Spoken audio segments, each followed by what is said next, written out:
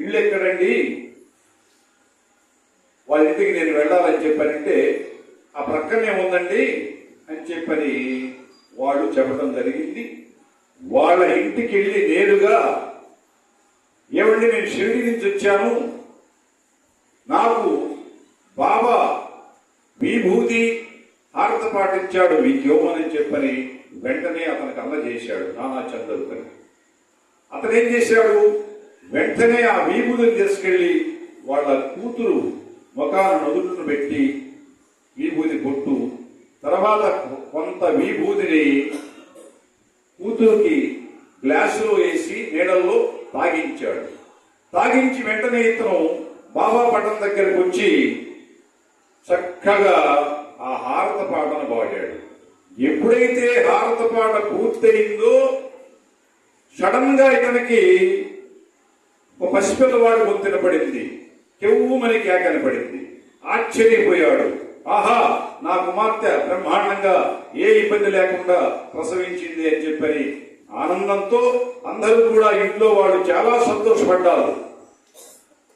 అప్పుడు ఈ నానా చందోర్కరు రామగిరి బువా దగ్గరికి వచ్చి, ఏమండి మీరు ఏదన్నా ఫోన్ చేయండి మా ఇంట్లో, లేదా టిఫిన్ చేయండి ముందంటే, లేదు లేదు నేను ఆల్రెడీ చేసి వచ్చేసాను, నాకు మీరు కరెక్ట్గా నేను ఆ స్టేషన్లో దిగిన వెంటనే నాకు టాంగా పంపించారు, గుర్రబండి వాడిని చక్కగా మీరు పంపించకపోతే నేను చాలా ఇబ్బంది పడేదండి. అర్ధరాత్రి అసలు ఎట్ట రావాలో ఏంటో నాకు బాధేసేది.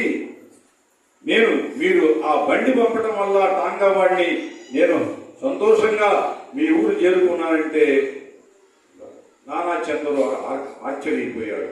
ఇదేమిటయ్యా, నేను టాంగాను పంపడం ఏంటి, నేను అసలు నీకు టాంగానే పంపలేదు, నేను మనిషిని పంపలేదు, నిన్ను తీసుకొచ్చింది టాంగా వాడిగా టాంగా బండి సాక్షాత్తు షిరిడి సాయినాథుడిని తీసుకొచ్చాడయ్యా, నువ్వు ఎంత అదృష్టవంతుడివి, నిన్ను ఆయన తీసుకొచ్చి నీకు టిఫిన్ పెట్టి నిన్ను ఇంత క్షేమంగా ఇక్కడ చేర్చింది ఆ షిరిడి సాయినాథుడు అయ్యా, నువ్వు ఎంత అదృష్టవంతుడివి అని చెప్పని అతన్ని ఆ రామగిరి బువాని కౌగిలించుకున్నాడు నానా చందోర్కరు.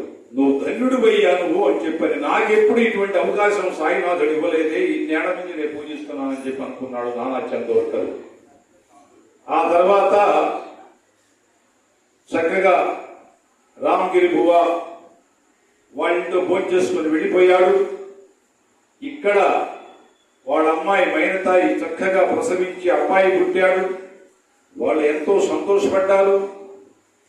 కాబట్టి మనము బాబాని గనక మనస్ఫూర్తిగా నమ్మితే మనకి తప్పకుండా మనకు కూడా ఆయన సహాయం చేయడానికి సిద్ధంగా ఉంటాడు. మనం ఎక్కడ ఏ ప్రాంతంలో ఉన్నా, ఇండియా కాదు అమెరికాలో ఉన్నా కూడా మనం చేసే పూజలు కానివ్వండి శ్రద్ధగా మనం చేయగలిగితే తప్పకుండా దాని ప్రతిఫలం అమోఘంగా ఉంటుంది. అతను మరిచిపోయి 3 రోజులు డాక్టర్ల చేత ట్రీట్మెంట్ ఇప్పించాడు కానీ బాబా విషయం మర్చిపోయాడు. తర్వాత ఏమైంది, బ్రహ్మాండంగా సాయినాథుడు ఆ విభూతిని ఆర్తపాటం పంపించడంతో ఆ అమ్మాయి చక్కగా ప్రసవించడం వాళ్ళందరూ కూడా ఆనందపడిపోయారు. కాబట్టి మనము అడుగేస్తే ఆయన 4 అడుగులు వేస్తాడు బాబా, మనం వేయకపోతే ఆయన వేస్తాడు. కాబట్టి మనలో శ్రద్ధ ఉండాలి, భక్తి ఉండాలి. ఇవాళ పరిస్థితులు మారిపోయినాయి, కొంచెం భక్తి శ్రద్ధ తగ్గింది, కూర్చున్న ఓపిక లేదు. ఎందుకంటే ఇవాళ బాగా ఈ మధ్య మనం టీవీకి అలవాటు పడ్డాం. ఆడోళ్ళు మగాళ్ళేమో సెల్ ఫోన్లకి, కుర్రోళ్ళు ఇక పెద్దోళ్ళేమో కొంచెం ఖాళీగా ఉన్నాళ్ళేమో 10 మంది దగ్గర మగోళ్ళు చేరడం, వాళ్ళు ఏదో మాట్లాడుకోవడం, కాలక్షేపం చేయడం జరుగుతుంది. కానీ భక్తి అనేది కొంత తగ్గింది. వస్తున్నారు, గుడికి వస్తున్నారు, గురువారం సాయిబాబా గుడికి, శనివారం వెంకటేశ్వర స్వామి గుడికి, సోమవారం శివుడి గుడికి, అన్ని చోట్లకి వెళ్తున్నారు. కానీ ఎంతసేపు 10 నిమిషాలు ఉండటం, రావటం, మళ్ళీ టీవీ సీరియల్ పోతుందేమో అక్కడ కూర్చోవటం సరిపోతుంది కాలక్షేపం. దానివల్ల భక్తి తగ్గింది. కొంచెం దానివల్ల భగవంతుడు కూడా మనకి వెంటనే ఉపయోగపడటం లేదు, మనకు కొంత పని చేయటం కూడా లేదని నేను భావిస్తున్నాను. కాబట్టి రోజు పొద్దున పూటే కదా మీకు టైం ఉండేది, కాబట్టి అందరూ పిల్లలు స్కూల్కి వెళ్ళిన తర్వాత మిగతా వాళ్ళు బయటకు వెళ్ళిన తర్వాత శ్రద్ధగా మీరు స్నానాలు చేసుకొని పూజ చేసుకొని ఆ శ్రద్ధగా 10 నిమిషాలు కనుక ధ్యానం చేసుకొని ఏకాగ్రత పాటించండి. తప్పకుండా దాని ఫలితం ఉంటుంది. ఎక్కడికి పోదు, మనం చేసుకున్నది మన వెంటనే వస్తుంది. రెండు మనతోటే వస్తాయి. మంచికి మంచి, చెడుకు చెడు, ఇది రెండు తప్పదు. పైగా మన పక్కన దేవతలు కూడా ఎప్పుడూ తిరుగుతూనే ఉంటారు. వాడు రికార్డ్ చేసి అక్కడ తెలియపరుస్తుంటారు. దాన్ని బట్టే మళ్ళీ వచ్చే జన్మ, ఈ జన్మ అంతా కూడా మనకు జరుగుబాటు ఉంటుంది. ఇది మీరు గ్రహించండి. ఎందుకంటే మనము బాగుండాలి. నేను కూడా ఇప్పుడు ఈ ప్రోగ్రాం అయిపోయిందంటే నేను ఖాళీగా ఉంటాను.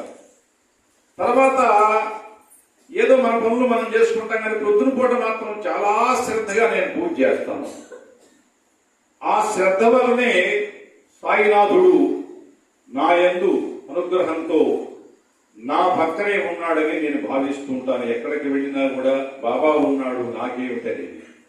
ఇక మనం చేసేది మంచి కార్యక్రమాలు, దాన ధర్మాలు.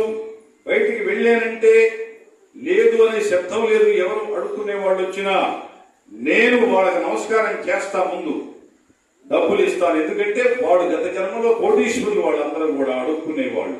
మనం ఎగతాళి చేయకూడదు వాళ్ళని. ఎవరు వచ్చినా కూడా మా ఇంటికి వచ్చినా, లేకపోతే బయట కనపడ్డా, గుడి దగ్గర కనపడ్డా అస్సలు శబ్దమే లేదు, లేదనే మాట లేదన్నమాట. కాబట్టి మనకు ఇదంతా రికార్డు అవుతుంటది. దానికి వడ్డీతో సహా మనకు భగవంతుడు ఇస్తూనే ఉంటాడు.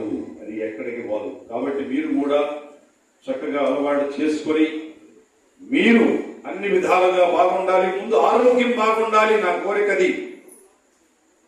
ఆరోగ్యం బాగుంటే మనం అంతా బాగానే ఉంటుంది, మనకి తృప్తిగా. కాబట్టి మీరందరూ సాయి కృప, సాయి దయ వల్ల, ఆ మహాత్ముడు ఆశీస్సులతో సంపూర్ణమైనటువంటి ఆరోగ్యంతో వర్ధిల్లాలని కోరుకుంటూ, మీ సమస్యలన్నీ కూడా పరిష్కారం కావాలని సాయినాథుని ప్రార్థిస్తూ, మీ పిల్లలందరూ కూడా సుఖశాంతులతో, ఎవరికైనా ఉద్యోగం రాకపోతే ఉద్యోగం రావాలి, తప్పకుండా అన్ని విధాలుగా బాగుండాలి కుటుంబం అంతా కూడా సాయినాథుని మనస్ఫూర్తిగా ప్రార్థన చేస్తూ, సద్గురు సాయినాథ్ మహారాజుకి